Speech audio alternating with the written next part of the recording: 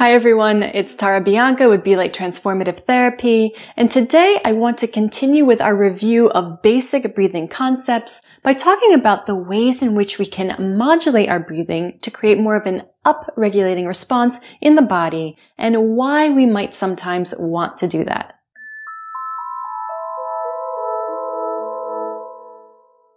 In my last video, I reviewed with you guys the 5 main ways that we can modulate our breathing. So again, that's nose versus mouth, slow versus fast, deep versus shallow, quiet versus loud, and light versus heavy. Which of those modulators then can we use to create more of an up-regulated state in the body? So in this case, we are consciously choosing to create more of a stress response or sympathetic response in the body. In general, mouth breathing is going to be more associated with a stress response, especially when we're talking about the inhale. And then fast breathing, shallow breathing, upper chest breathing, loud breathing, heavy labored breathing, those are all going to be associated more with eliciting a stress response in the body. If you didn't notice, all of those modulators I just mentioned really sort of perfectly describe the image of hyperventilation, right? And we know hyperventilation causes a stress response in the body. So if you're able to hold that image in your mind of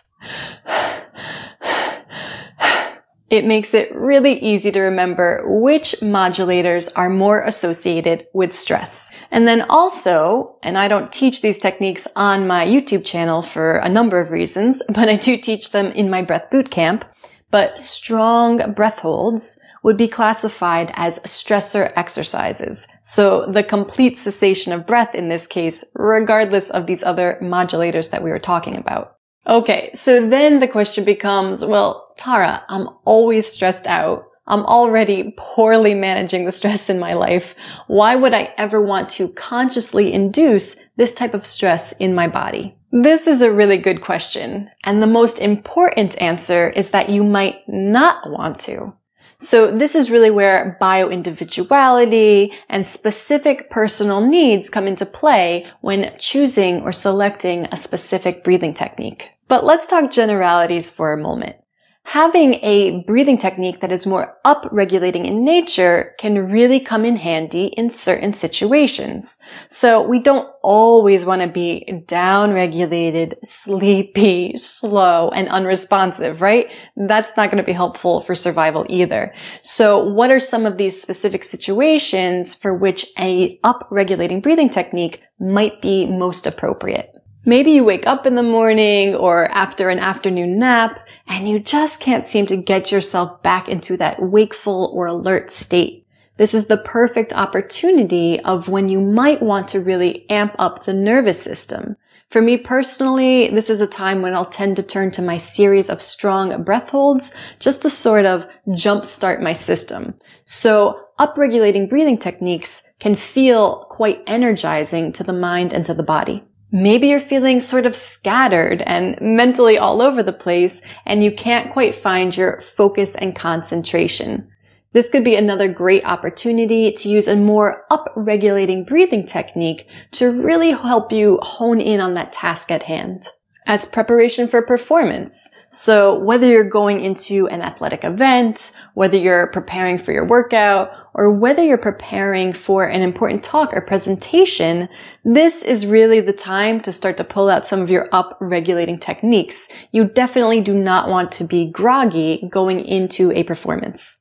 And then for anyone more interested in emotional release, trauma release, or pattern interruption types of techniques, this is really where up-regulating breathing techniques are going to be much more helpful. So functional daily breathing doesn't necessarily create that space that invites the body to let go of past trauma. So there you have it, some potential use cases for up-regulating techniques.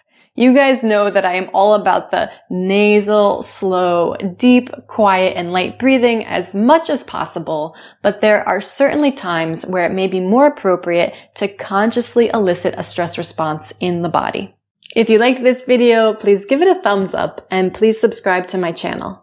Also, if you're really interested in understanding the difference between upregulating and downregulating breathing techniques, what the different techniques are, what the scientific principles are behind each one, why they work, how they work, and how to implement them into your daily activities, then please check out my new and improved 4-week breath bootcamp. This is an amazing program which takes you on a deep dive into functional breathing. I'm also offering a significant discount on it right now with multiple payment options. Today is the last day to get 35% off the entire program, plus lifetime access, plus a free 30-day trial to my private online Be Light community. If you are truly interested in understanding the why and the how of functional breathing, then you have got to check out this program. I'll be sure to leave the links in the video description. And lastly, if you'd like to further support the channel and the work that I do here, you may always do so by visiting my Buy Me a Coffee page. Thank you so much for watching, and I'll see you next time.